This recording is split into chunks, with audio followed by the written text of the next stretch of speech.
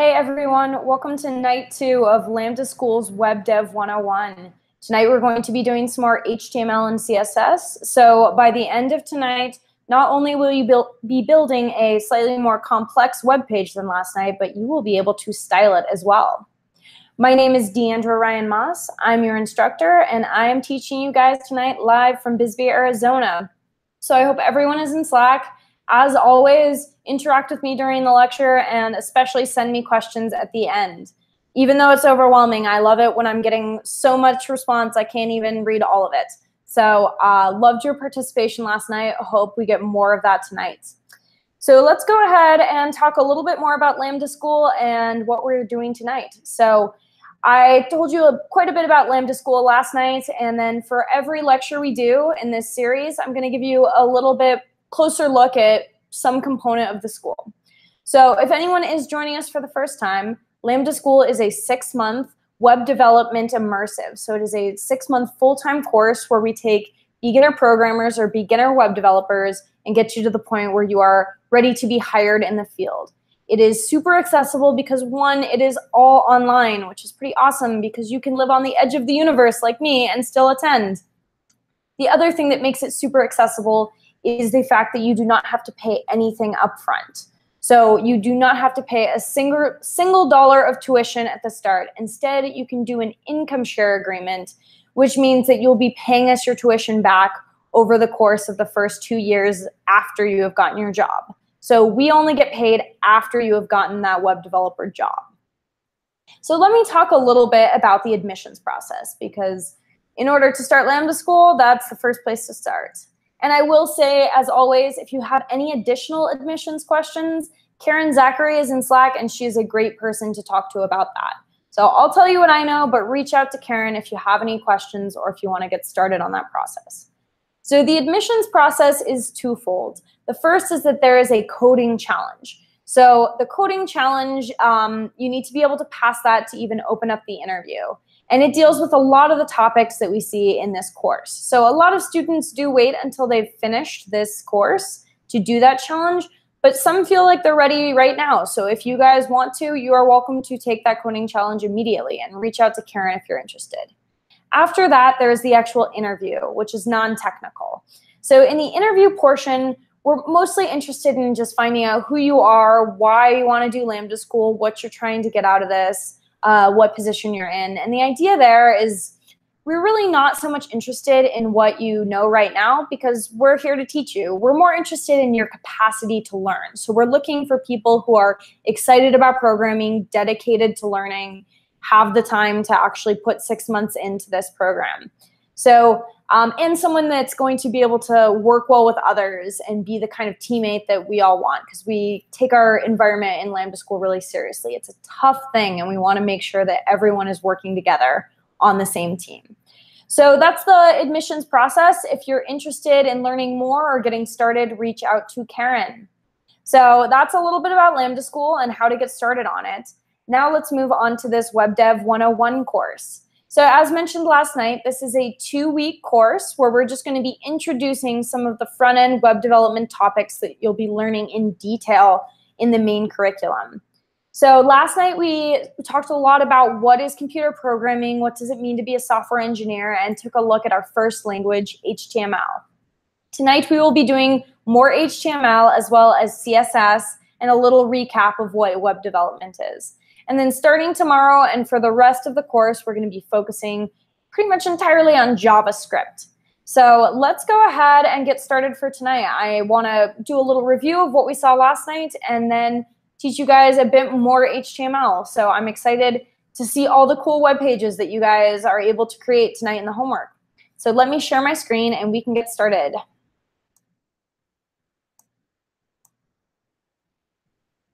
All right. So up here, I have pulled up a code base and a web page that we looked at last night. So as a little reminder, a code base is a collection of files, sometimes in different languages, that all work together to accomplish some goal. This little code base here creates a website. So we have an HTML file, a CSS file, and a JavaScript file. As a little reminder, HTML is all about what is on the page. So in this HTML file, we define out our header and our paragraph and our button. Over here on the actual page, we can see, except for the invisible pieces, we can see all of that rendered on the page. CSS is all about styling. So the syntax might look a little unfamiliar right now, but by the end of tonight, you'll know exactly what's going on in here. But on a high level, we'll just say that this determines the style of the page. So for example, we see that everything is contained in this blue div box. The div box itself is HTML, but the style, the blue, the border, the space in between the edges and the actual box, that is all that is all CSS. As well, we can see that the header is in the script font. We can see that some of the words are missing.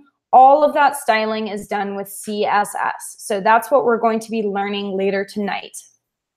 The final piece of the puzzle is JavaScript.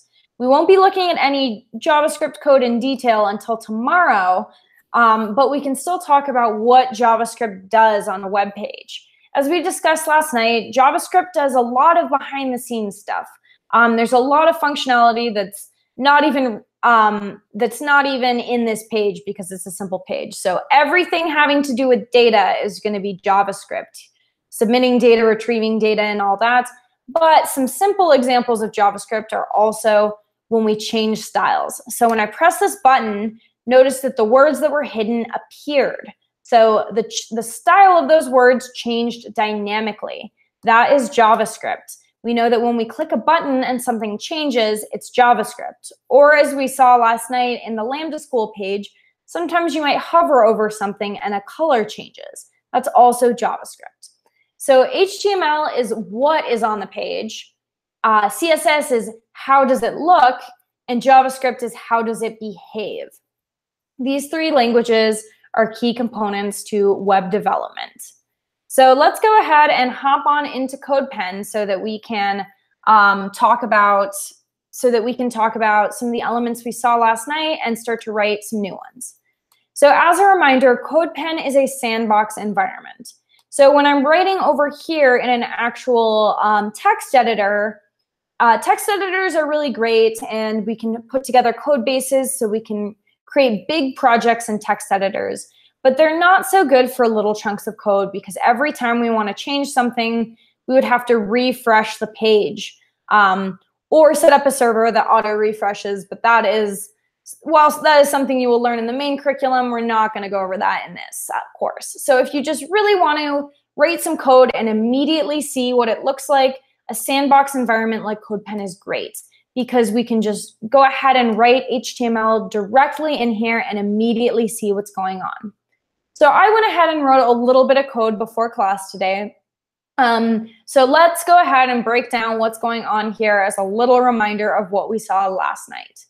So I've created these two div boxes on the screen.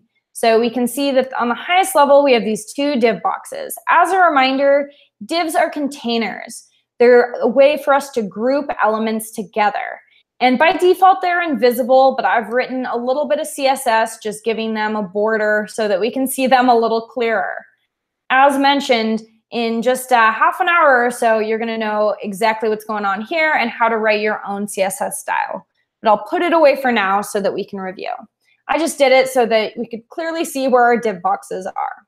So we've created these div boxes. The syntax for creating an element is we create two tags, an opening tag and a closing tag.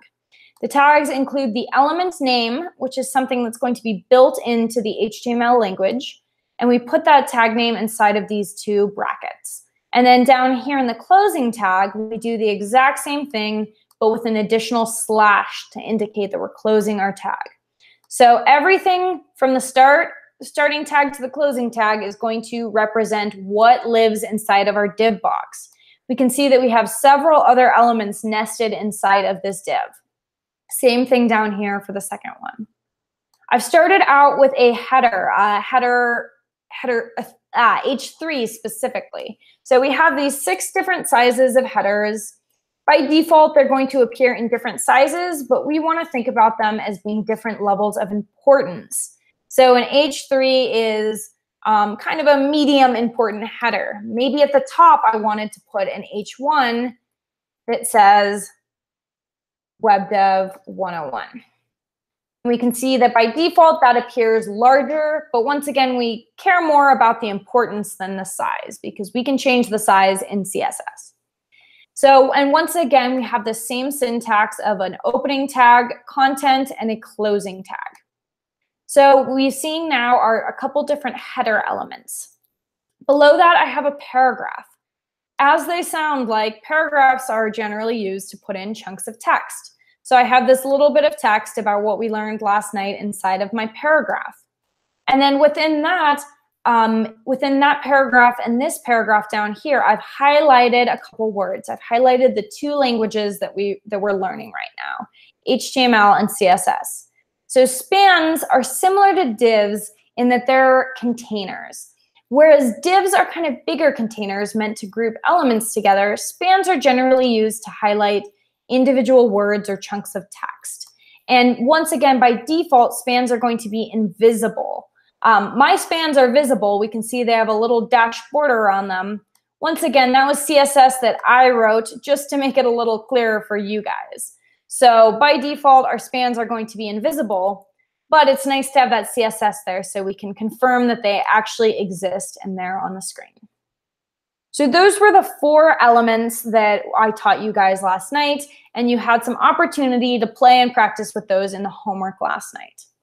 And you can actually do quite a lot with just these 4 elements, but we don't want to limit ourselves too much, so we are going to explore a few more elements that we can write that make our pages a little more interesting, a little more dynamic.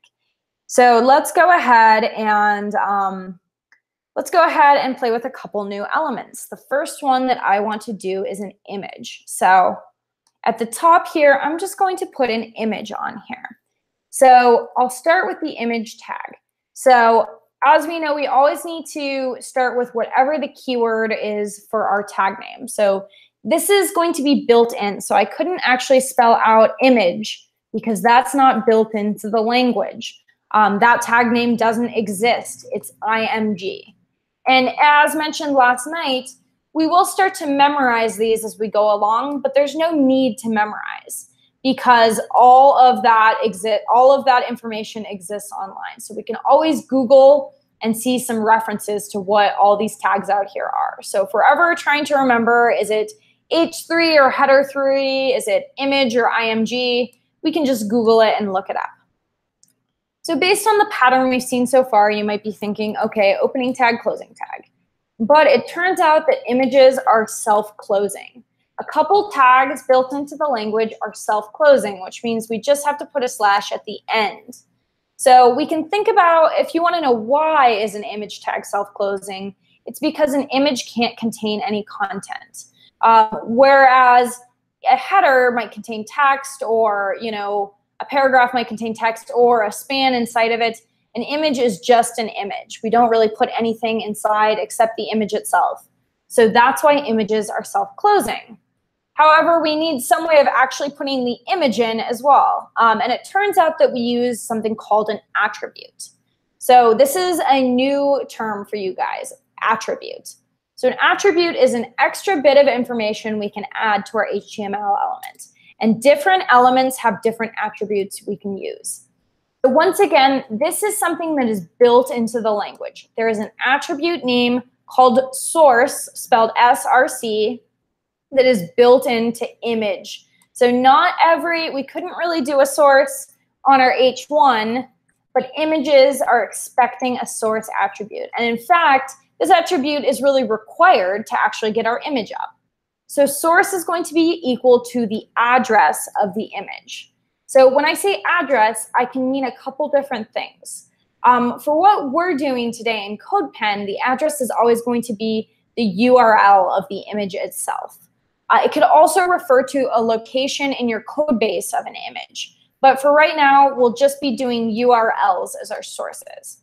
So I'm going to go over here and grab this image. So you have to be careful with this because you don't want to copy the web page like a web page containing an image. For example, if I copied, I don't know if I have a good example. But you want to make sure that it's the URL of the image itself. And so you can confirm this by right-clicking and saying copy image address. You want to make sure it's the actual image address or else this won't work. So we're going to copy the image address. We can paste it in over here. And voila, we now have an image on our page. So really critical skill to learn, both because we want web pages with images on them and also because we've now used our first attribute. So the syntax for an attribute is within the opening tag, we take the attribute name, which in this case is source, but we'll see a couple other examples, followed by an equal sign, followed by, in this case, the address of the image. And once again, if you can't quite remember the syntax of using attributes, once you get into the homework, that's totally fine. I'm super bad at memorizing these things, so I am constantly looking things up. You'll probably be better at memorizing than I am. But if you can't remember the exact syntax, it's totally fine because you can type in the Google box attribute on an image, and it'll tell you exactly what you need to do to create an image on screen. So there you have it. We have our first image. All right, so now let's go into links. So links are another element that we want to use, and they're a little more complicated because they use an attribute, but still not too bad. So let's say that we wanted to link Lambda School's main web page here. So we create links using something called an anchor tag. And so the tag name for that is an A. It stands for anchor, but it's essentially just a link. So within the anchor, we want to put whatever text we're linking. We could also link an image or really link anything. In this case, I'll just do text. So I'll do the Lambda School website for my link. So we now have the Lambda School website here, or text that says that, but it's obviously not a link yet. So for that, we're going to need another attribute. And as CodePen is suggesting, href is the one we want. So href stands for hypertext reference. You can think of it as being very similar to source. And in fact, it's a common mistake in new developers where you mix these up. So I wouldn't be surprised if you mix them up a few times before the end of the night, but you'll get pretty used to just source goes with image, href goes with anchor, just as you practice this. Okay, so once again, we're going to go ahead and do an address here. So we want Lambda School's website. So let's go ahead and copy it over.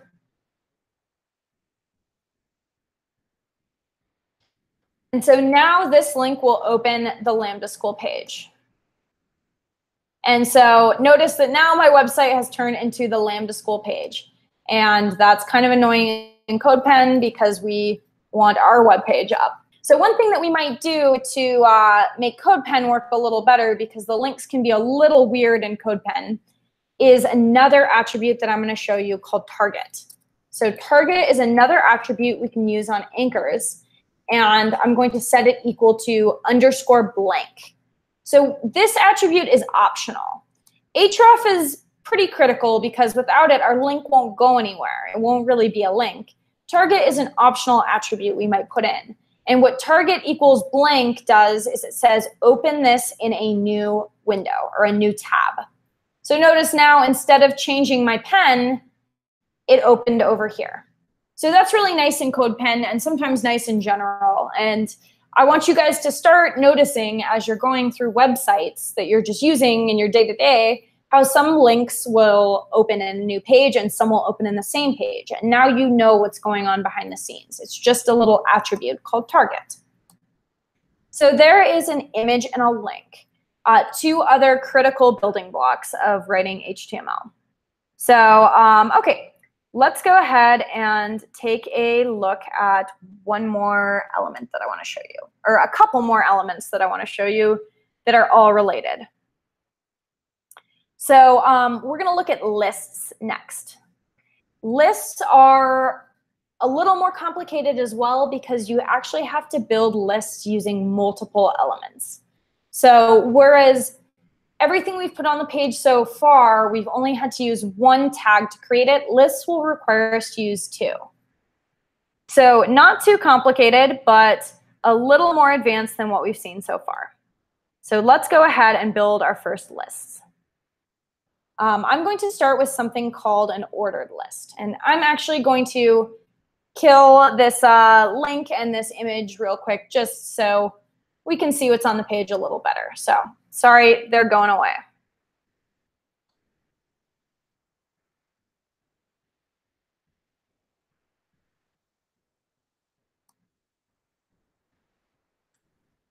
Okay.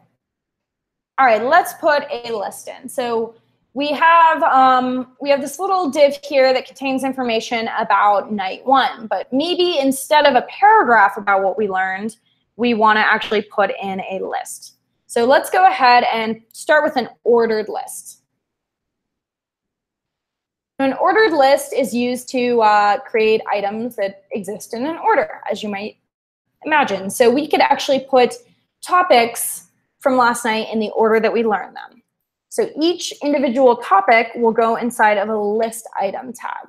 So once again, we're now using 2 different tag names to build this list. So we start with an OL, which indicates we're starting our list, and then for each item, we add a list item. So we started out with what is a software engineer, and then we went on to talk about what is web development. And then we talked about HTML basics.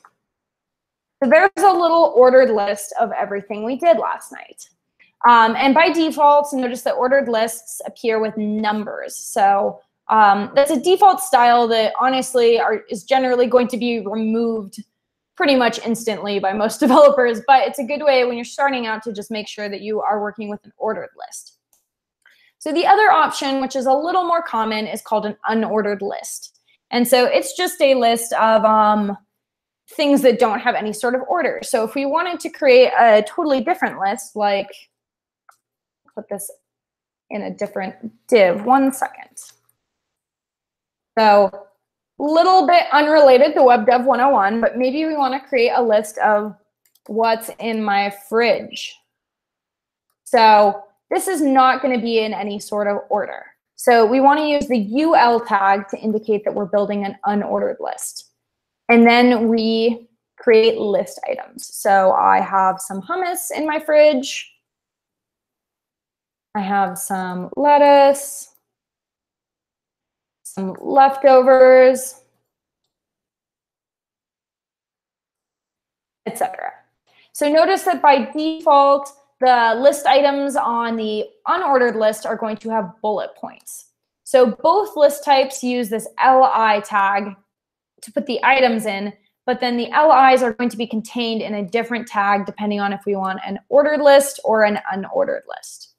So those are lists for you guys.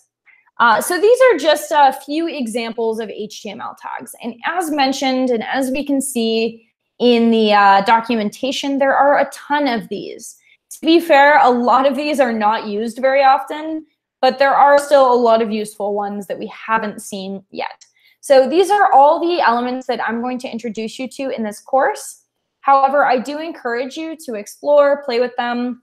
First, start by mastering these ones, but if you're feeling a little bored in the homework tonight or get done early or just want more coding, go ahead and research some other elements and play with them. If not, you'll get plenty of opportunity to see more elements in the main curriculum.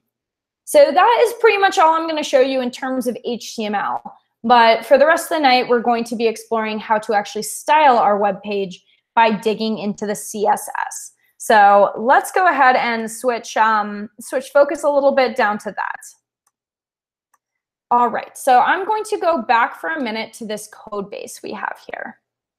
And then we'll go ahead and pull up the CSS page in this code base. So as I've mentioned several times, we know that different parts of this page are styled using CSS, such as the color, the border, the style of the text. And in fact, if I went ahead and commented out all of the CSS, which as a note, some of you guys might know this, some of you might not. Every type of code has something called commenting out. And so if you want to put a little note inside of your code, or if you don't want your code to run, you can comment it out to make it so you don't have to actually delete it, but it's not going to be read. So the syntax for commenting out code is going to be different from languages to language. We can see that it's a / and a / in CSS. So I've commented out my CSS. Notice how when I refresh the web page, it looks pretty basic. There's still that auto sizing of my header, but apart from that, there's no colors, there's no styles, everything's pressed up against the side of the page. We are styleless. So then when I comment this back in and save it, we can see our style comes back. So that's a really good visual way of seeing exactly what is actually being styled.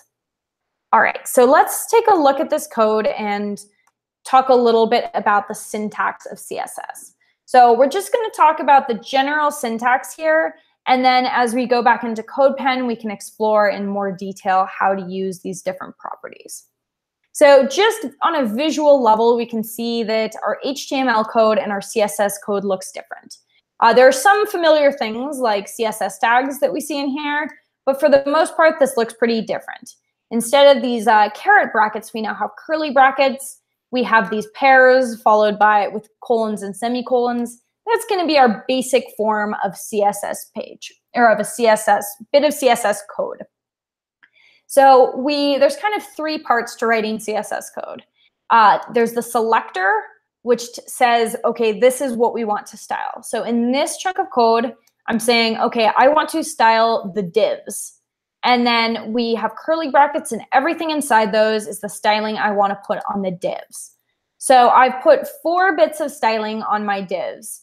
I've created a margin, padding, background color, and border. So once again, I'm not going to just yet go into what margin and padding is or exactly how to create a border, but the idea is that each of these is a key value pair, a property and a value. So over here, we're saying, I want to style the margin. And then in the value, we're saying, this is how I style the margin. Over here, I'm saying, okay, I want to add padding. Here in the value, I'm saying, this is how much padding. I'm saying, I want a background color. This is the color I'd like, etc. You probably get the point by now. So we select an item or items we want to style, and then we specify with these properties and values what we're going to style and how it's going to look. And that is basically it for CSS.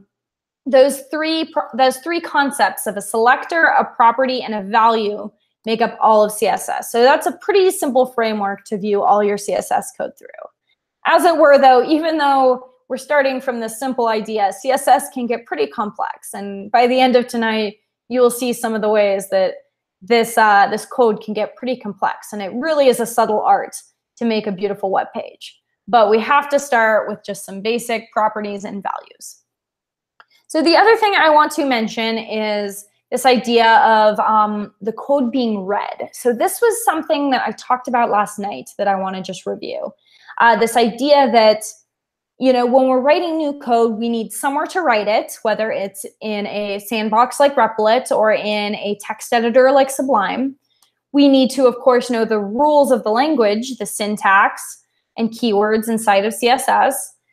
We need to have a goal in mind, in this case, styling our page, or maybe our requirements team gave us a specific list of how they wanted it styled. And then finally, we have to actually run our code. So just like HTML, CSS is actually run, or it's compiled in the browser. So this code that we're writing will be translated via the browser into something that the computer can read. So that happens for us mostly automatically. We don't have to worry about the actual translating piece. We just have to make sure that the browser has access to it. So with our HTML file, we saw that we just opened the HTML file directly in the browser. It's a little different for CSS. CSS needs to be linked through our HTML file.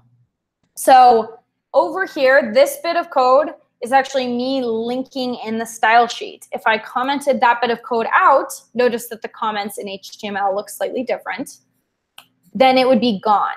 So when we're using a code base, we have to make sure that everything we want to be linked to our web page is somehow linked through our HTML file.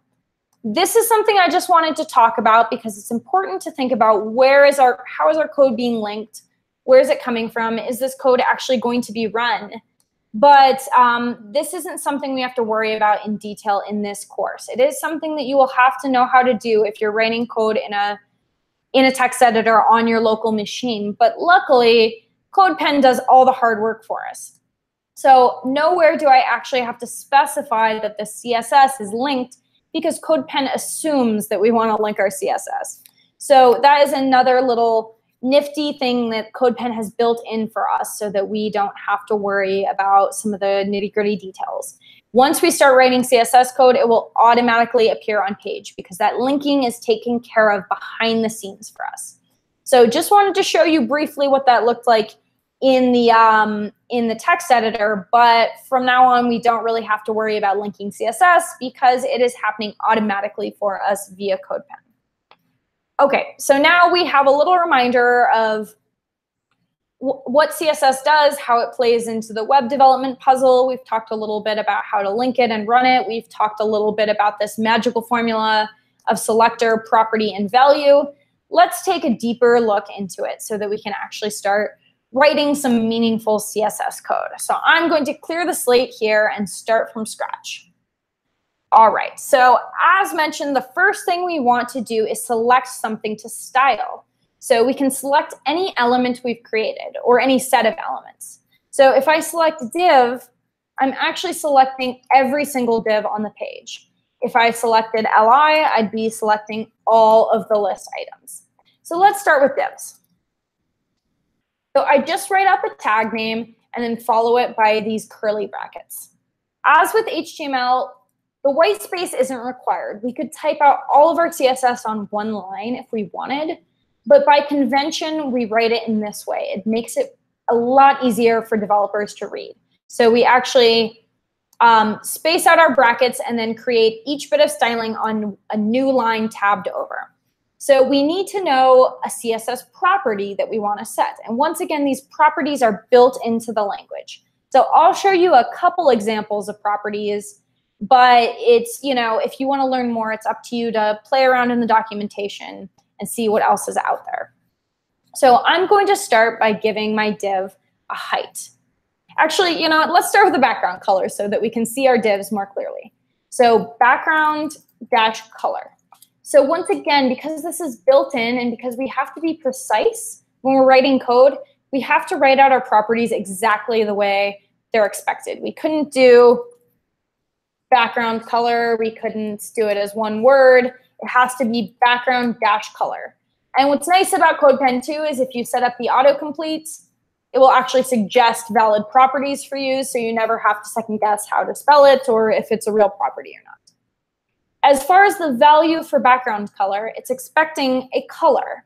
So there are a few different ways we can do this. We can actually type out a primary color. So any of the primary colors are going to be built in. There are some other fun things built in like teal or light blue, pink. But you have to be careful here because sometimes you might come up with one. Lime green's built in, but let's say is light green. Yeah, so I can't think of a color that doesn't exist. Let's say mauve. Yeah, I think I spelled that right. Mauve is not built in. So we can't just type anything. There are only certain colors that are built in by name. But that doesn't mean we're limited in what colors we can do. So let me pull up the documentation for background color.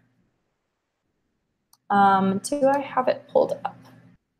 I don't think I have background color pulled up, so we now have an awesome opportunity to do some Googling. Background color, MDN, CSS. Cool. Sorry to not have that pulled up, but it's a nice chance for us to play around. So we can see that there are options. We could do, we can do any of these main colors by just typing out their name. We could do a hexadecimal color key, which is, if you Google a hexadecimal color picker, you can pick any color, and it'll give you this little 6-digit key. So in that way, we can customize this as much as we want. We can also specify things like the amount of red, the amount of green, the amount of blue, et cetera, et cetera. So there are a few different options here. I'm not going to go into all of them in detail. For the homework, it's fine to just stick with typing out basic color names. You'll see me doing that in my lectures. If you want to play with customizing colors, I encourage you to Google hexadecimal color or hexadecimal color picker. So we can see that we can't type anything in as our value. There are specific types of values that are being expected here. And our documentation will tell us exactly what those are. Okay, so that is background color. That is the very first attribute that I've introduced you to.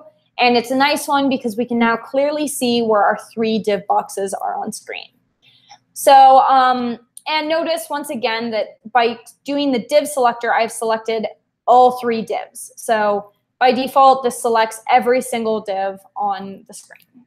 Okay, let's look at a couple other options. We can also specify height and width. Notice that automatically this height of our div is just exactly the right height to fit the content. And the width is automatically set to the width of the screen. But sometimes we might want a different height and width. So we could do a height of, let's say, 200 pixels and a width of, let's do 250 pixels. So now we have specified the size of our div boxes. And you have to be careful with height and width. And this is a nice little window into why CSS can actually get really complicated, because a height and a width that looks good on my big monitor might look absolutely awful on your laptop and even worse on your cell phone. So pixels are a valid option, but we've just hard-coded in the size of these, which is a good place to start when you're learning CSS, but a dangerous way to go if you're actually trying to create a responsive, mobile-friendly, beautiful website. So let's take a look at height here. We can see that pixels are an option. There's also something called ems, which they're another size. They're a little different. They're basically, let me show you how these work. And I feel like ems are probably way more sophisticated than I want to get into right now, so I will explain the short version of them as best as I can. So notice that by default, it defaulted to the size of this first bit of content here. And then if I expand it, it's going to expand in size based on what's in the actual div box. So I feel like I'm creating more confusion than questions I'm actually answering by trying to explain ems in a short amount of time. They're pretty cool. I would recommend playing around with them if you're curious. They're a little more dynamic than pixels, which are just a set length. But just be aware that that's another option. For now, we'll just stick with pixels, though. Okay, so there is our height and width in pixels. We could also do percentages or auto, which is the default. So if I did percentage, this is another useful thing we might do because it's going to be actually based on screen size or based on, actually, let's do width.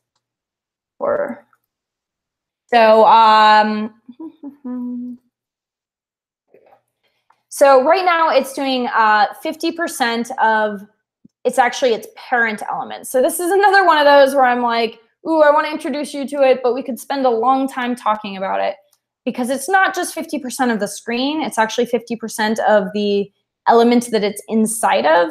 But once again, just another option of a value we might put in for height and width. So you can see already that even just with these two seemingly simple properties of height and width, there's a whole host of complexity, both in terms of this question of how do I make my website look good on different screens? What are the different options I can use? What do pixels really mean? What do ems really mean? What does percentage really mean? There's a whole world inside of each of these. So I don't want to get too bogged down on any individual property because every property is a whole world of its own to learn. One little note on responsiveness, this idea of making a site mobile friendly. Unfortunately, in tonight's lecture, we won't be really talking too much about responsiveness.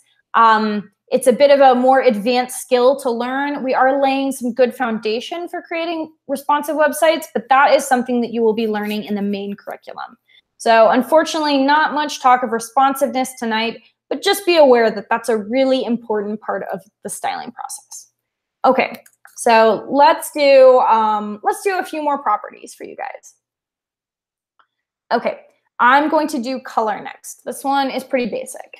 So color is just our text color.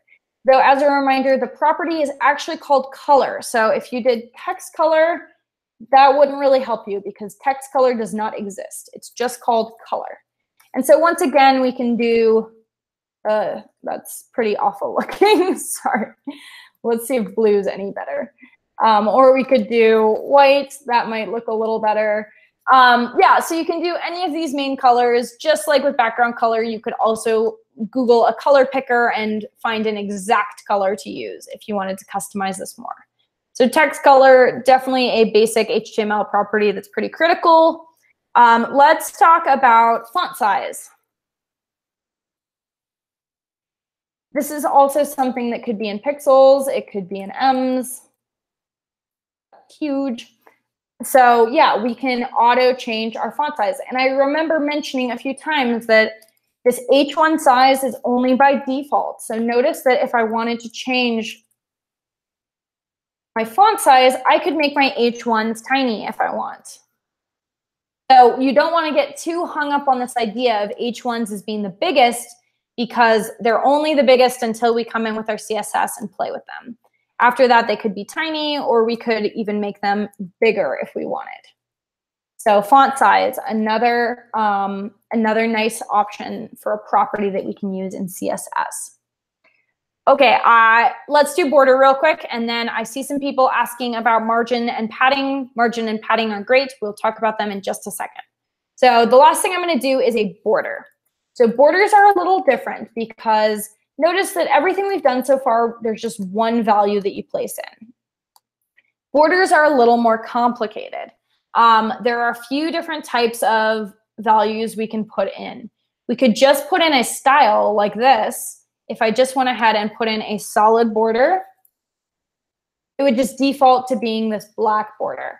I could also do a different style like dashed if I wanted, or ridge.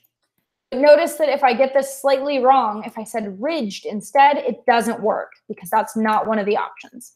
So if you're curious about all these border style options, just Google border style CSS. But I can specify more than that. And what you'll see me mostly doing with borders is actually putting in these 3 values. So we can do, instead of just saying a style, we could do solid, or sorry, let's start with size, solid color. Okay, so what I've just done is thickness, style, color. And that's kind of, at least for me, the magical formula, because then we can specify all components of our border. So I can make it bigger if I want. I can change the style if I want. As long as I can spell dash correctly. I could make it pink if I wanted. So there's border. So notice that we're not always putting in one value. Sometimes a property might expect 3 values, or even more complexly, sometimes we can just put in 1, sometimes we can put in 2, sometimes 3. So it's pretty advanced and subtle in what it expects from us. And as I keep mentioning, and I'm going to say a million times because I really want to emphasize this, it's not your job to memorize every single thing, every property, or every value. It's your job to memorize the ones that you're using a lot and then rely on documentation whenever you have a question. Okay, so now it's time for us to talk about margins and padding. Super critical to making our websites look good. Notice how everything is squished inside of these div boxes and everything is squished up against the edges. That's because we haven't played with margin and padding. So before we actually add some into our CSS, I want to introduce you to this term called box model. So in CSS or in HTML, we can think about every element as being part of the box model. And the box model is just a tool for us to figure out how big is our element. So outside of our element, there's something called margin. Margin is the space between the edge of the element and whatever's on the outside. So for example, over here, if I put my CSS back, notice that there's a bunch of white space on the outside. That is our margin. After our margin comes our border. So over here we see that there's white space, then there's a thin border, then there's some more white space inside, and then we have our content. So back to this diagram, we think about the margin as being on the outside, the border surrounds our element, the padding is the space inside of our element, and then within that is the content.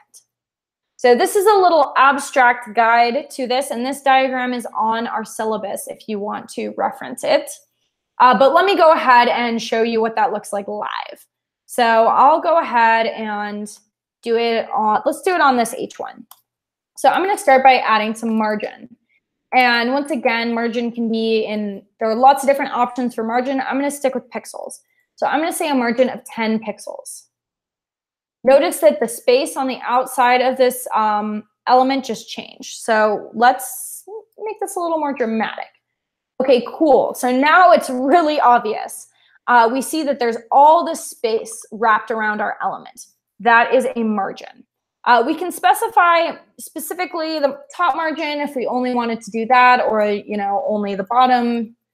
And you guys are welcome to play with that on the homework. But for now, just practice doing the margin itself. When we just use the property margin, it means every direction around our element. It's going to create space above, below, left, and right.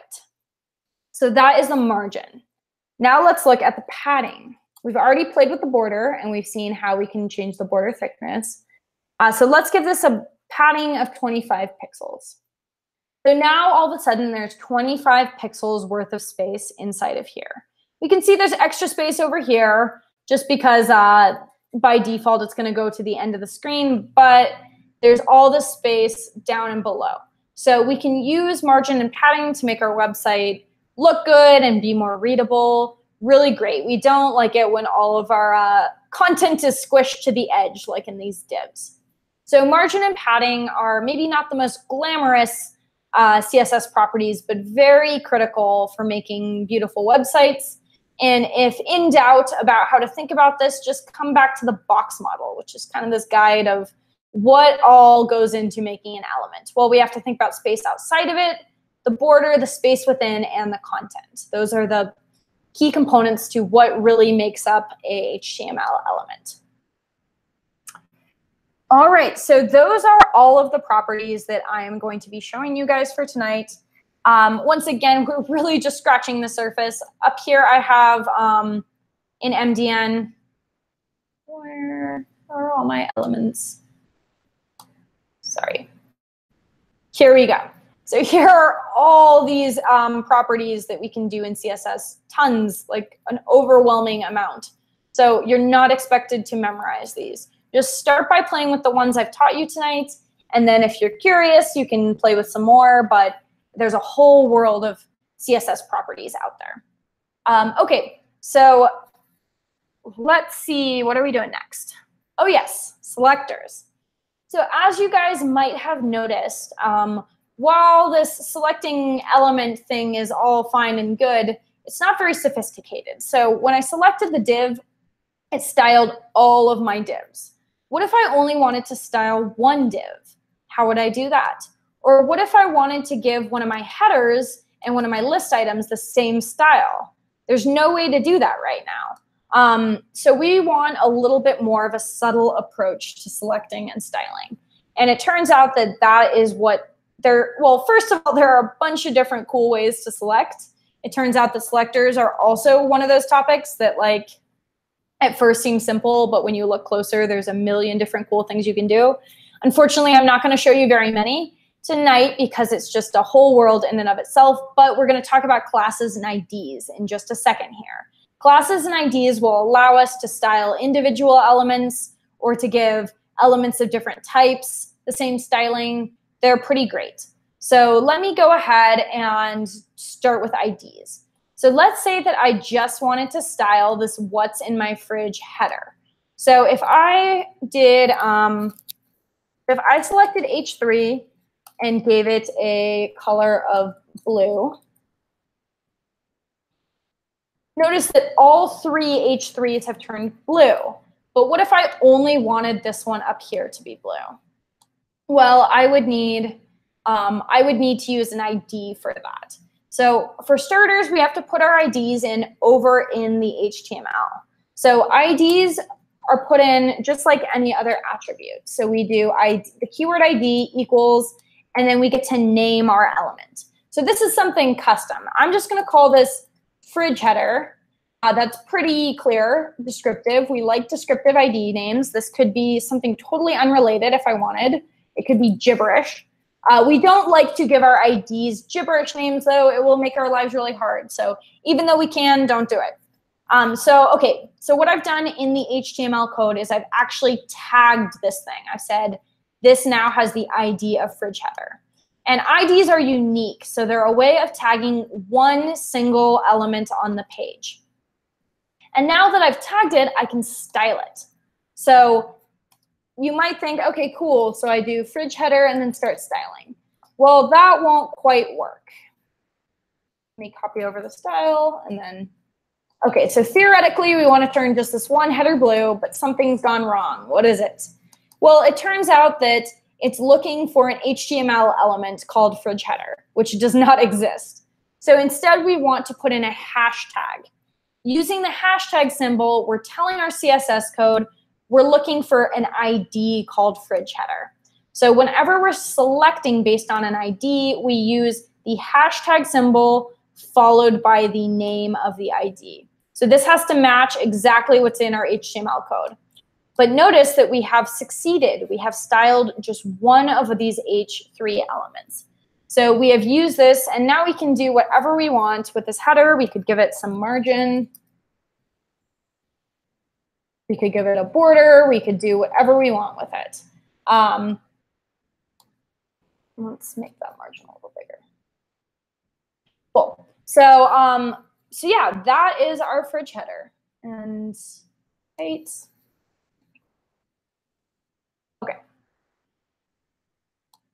Actually, sorry, I'm tinkering around. Let me put that back.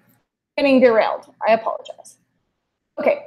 So we have used an ID to style an individual element. We could do this with any other thing. We could put an ID on our hummus and call this ID chickpea.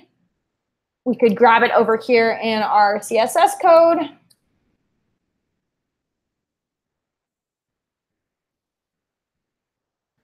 And we could give it a color of yellow if we wanted. So there we have it. That's how we tag individual elements on the page in order to style them. But what if we wanted to style a couple different of our list items the same? So once again, if we just go ahead and grab a list item, well, actually, let me show you this first. So if I go ahead and select my list item, and let's say I want to change the color back to black. So I hope you guys have noticed something kind of interesting here, which is that all these list items turn to black except for hummus.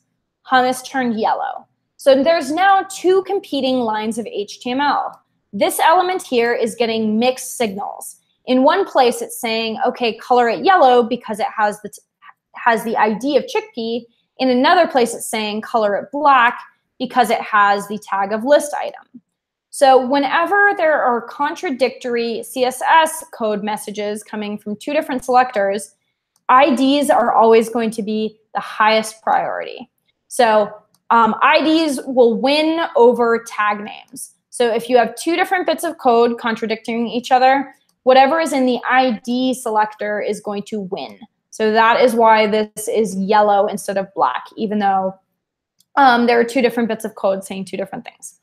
If we had two selectors that were exactly the same, whichever one was on the bottom would win. And that's because CSS is cascading. So it's read from top to bottom. So if we just have two exactly the same selectors, the bottom one will win. But if we're using an ID, that one is going to win regardless of if it's above or below the element selector. So that is ID tags for you guys. That is how we select create IDs, and then select and style using IDs. Really useful. Okay, so now let's say that we don't want all of these to be black. We just want, let's say that we just want these 3 to be black, right? Well, how do we do that? We can't use the list item selector because that styles all the list items on the page. We also can't use an ID because IDs are unique. So what are we going to do to style just 3 elements individually? That's where classes come in. So a class is really similar to an ID. It's just something we can put on multiple elements. So once again, we just use this attribute of class, and we can go ahead and name these whatever we want. So I'll just call these topics.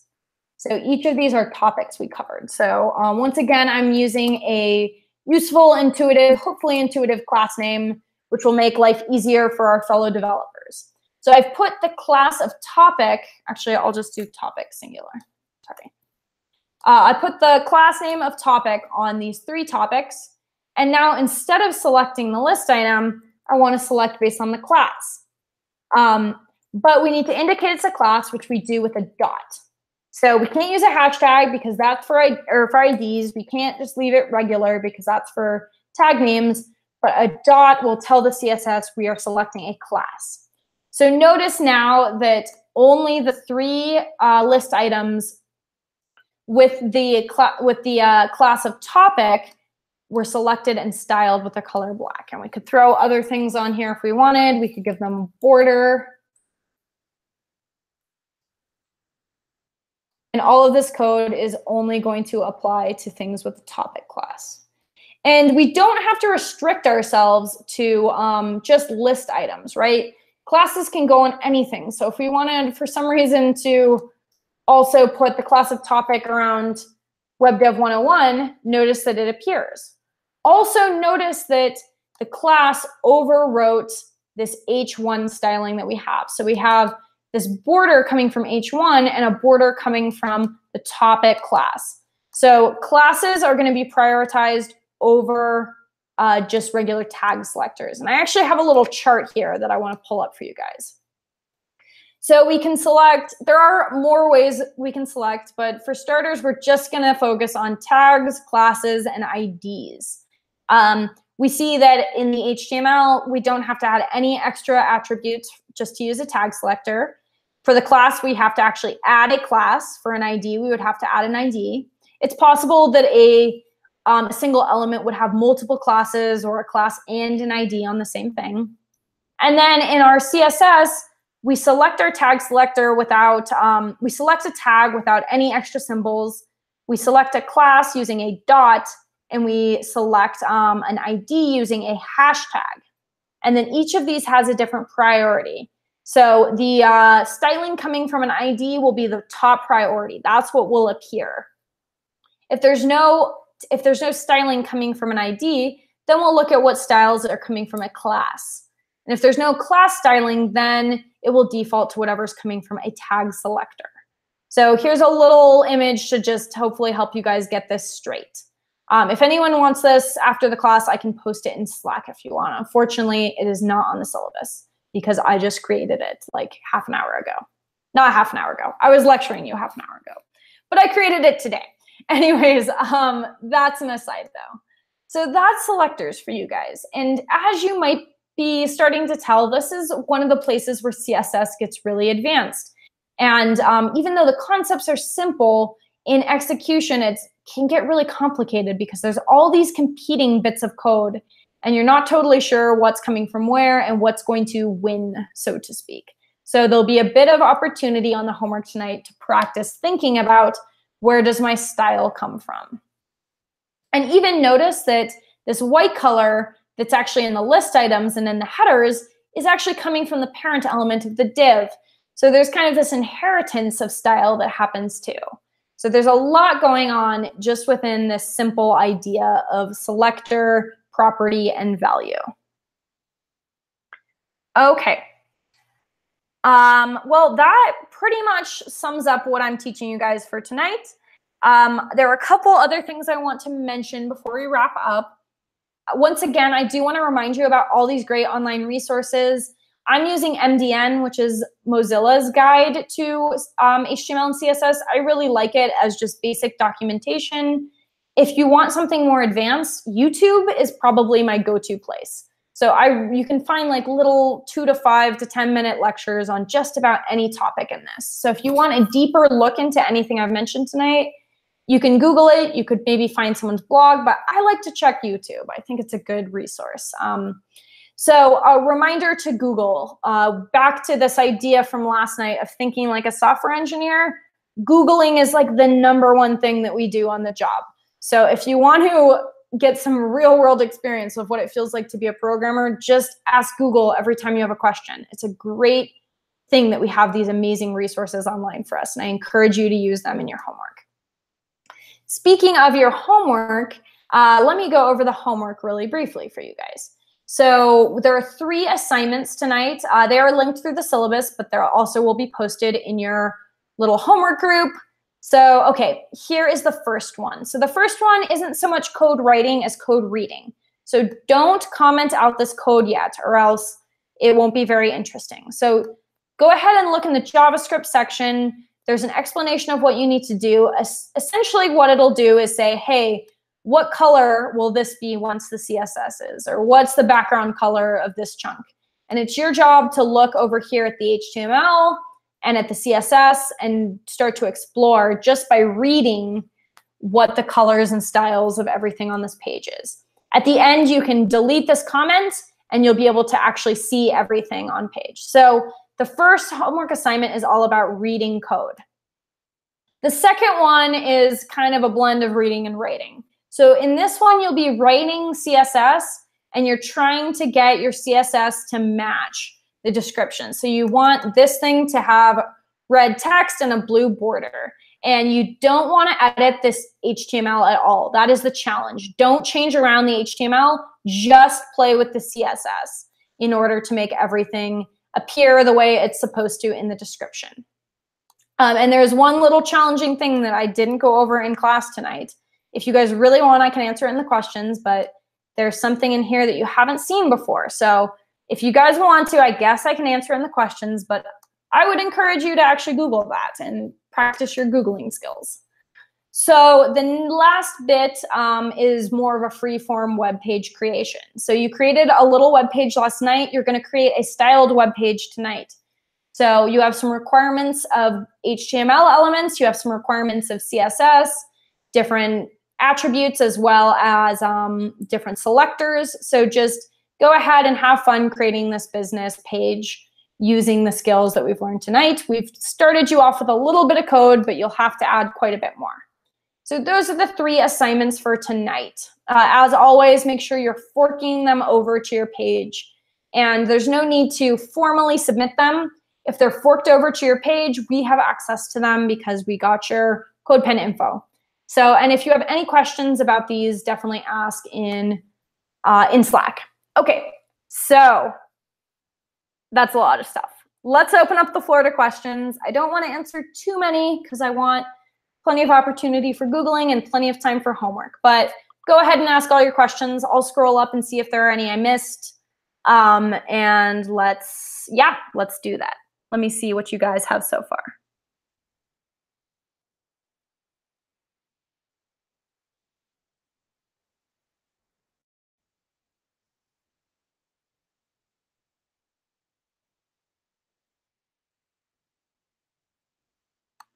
Okay, we have a question about getting rid of the standard bullet points. So, so I'm going to start by kind of not answering your question. So the question was, okay, there are these automatic bullet points and these automatic numbers. How would we get rid of them if we wanted? So for starters, I want to tell you a little bit about what actually happens in the real world of programming. So as we've seen, there's some default style, such as the headers being different sizes or these bullets or numberings. You might have noticed that there's some subtle default margins and paddings happening.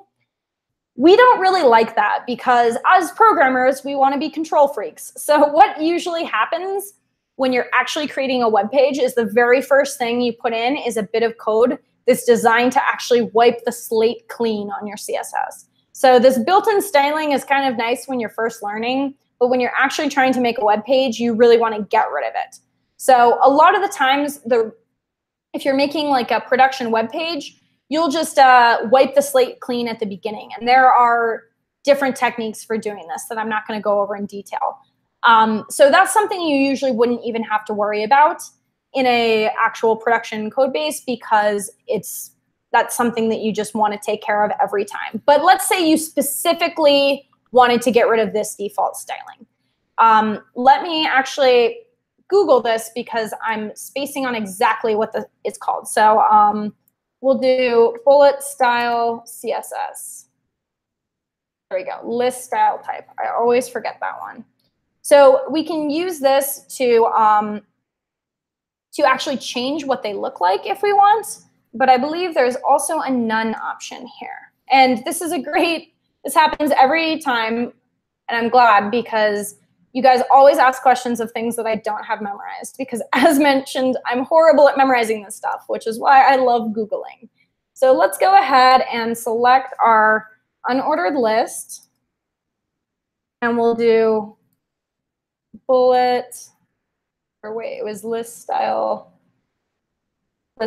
type. That worked, yay. Okay, cool. So we can use list style type to change the style of our bullets to squares or something else, or we can do none to actually remove them. If we wanted to do this on the OL as well, does it work? No. Okay. Well, that's not working on the OL, but oh wait, I'm missing a comma.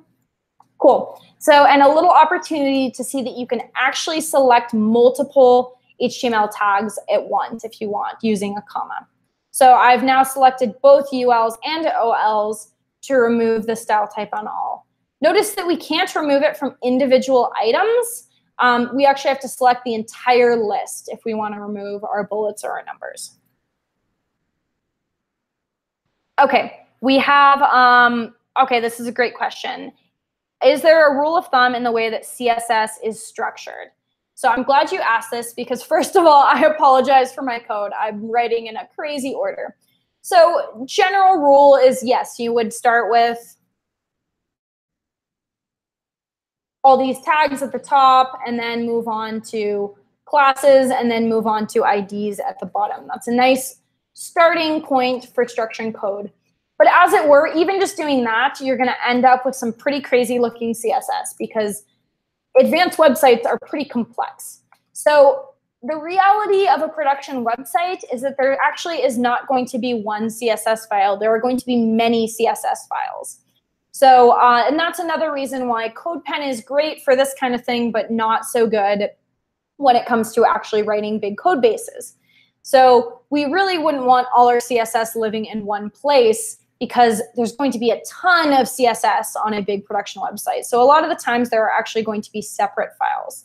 As far as code organization, another little thing that makes CSS code a lot more manageable that we won't show you really in detail until the main curriculum is something called a preprocessor.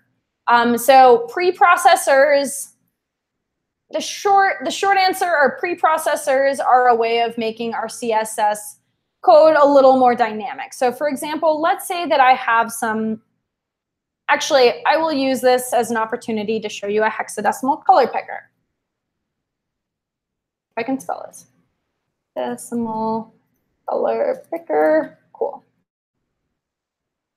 So let's say that I want this like pretty light blue purple color. Okay, so I want this for my background. Let's say I also want this for my H1 border. Background color kind of limits us. Just kidding. So let's say we want that there. We also want it for our border. Cool. So this, and let's say that this color were in like 8 other places. So that's all good and fine, but what if I decide, oh, I want to change this to a slightly darker purple blue color? Then I have to go in 8 different places and change it. So that's a little bit of an aside from the question, I know, but that's another real issue with writing CSS code, is we don't want to have to be copying and pasting. So there's something called a preprocessor, something like SAS or less, which allows us to actually create variable names in CSS. I don't want to dive too deep down this hole, but in short, just the takeaway is that there's something called a preprocessor. It allows us to organize our code in a little bit more of a meaningful way. It's something you will learn in the main curriculum. For right now, just be aware it exists, unless you're curious, in which case, Google it or search a YouTube video and you can find out more about preprocessors.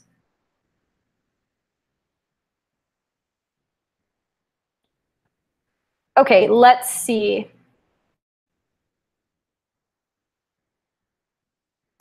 We have, okay, here's a question. Can you select multiple IDs and classes together in the same line of code? So I'll start by saying, if you're trying to select an item with an ID, once you've selected the ID, you've already gotten this. Okay, so because IDs are unique, if you're trying to, for example, select the H3 element with fridge header, then you'd only really need to select one ID and everything would be kosher. But, well, actually, sorry.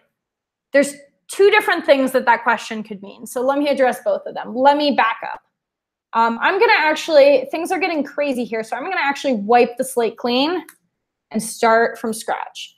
So let's say that I wanted to style a couple different things. So for example, maybe I want to style my ID of fridge header. And I also want to style my H1. And we'll go ahead and give it that purple color. So notice that, yes, I can do combinations of, let me put that in better order. So yeah, as you saw, I could do multiple elements. I could also do a tag name, a class. I could do multiple classes. I could do IDs. We can combine these however we want. There's also another thing that we can do, which I said I wasn't going to cover, but I guess I'll tell you guys about, which is if I wanted to specifically say, okay, we want H1s with the class of topic. Now I'm saying specifically only select something that is an H1 that has this class. Whereas if I did a comma, it'd be, okay, select all the H1s and all the classes. So let's look at that.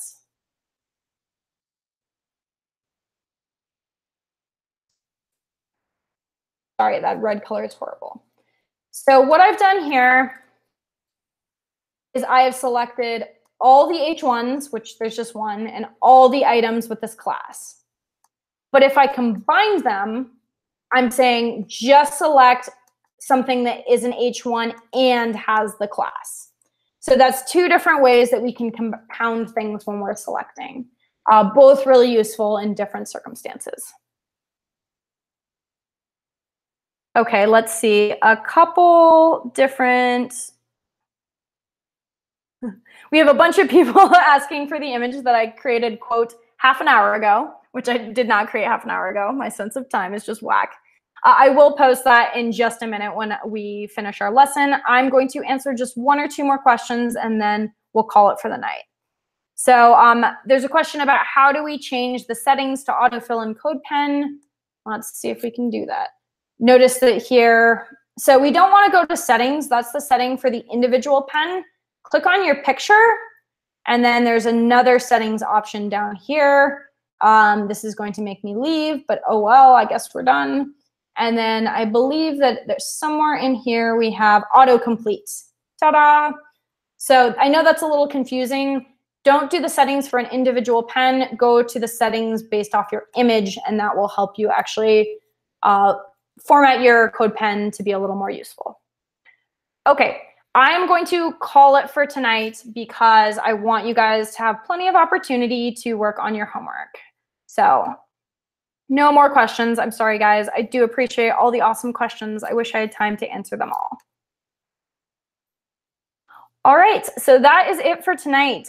You guys have learned a ton of cool stuff. I know that we're really looking at just kind of the basic building blocks, but hopefully, especially at the end here, you saw that even just the basic building blocks of HTML and CSS create a lot of opportunity for complexity. So do not underestimate the basics, and have fun tonight playing with those on your homework. I will post that chart in Slack in just a second, and I will see you guys tomorrow.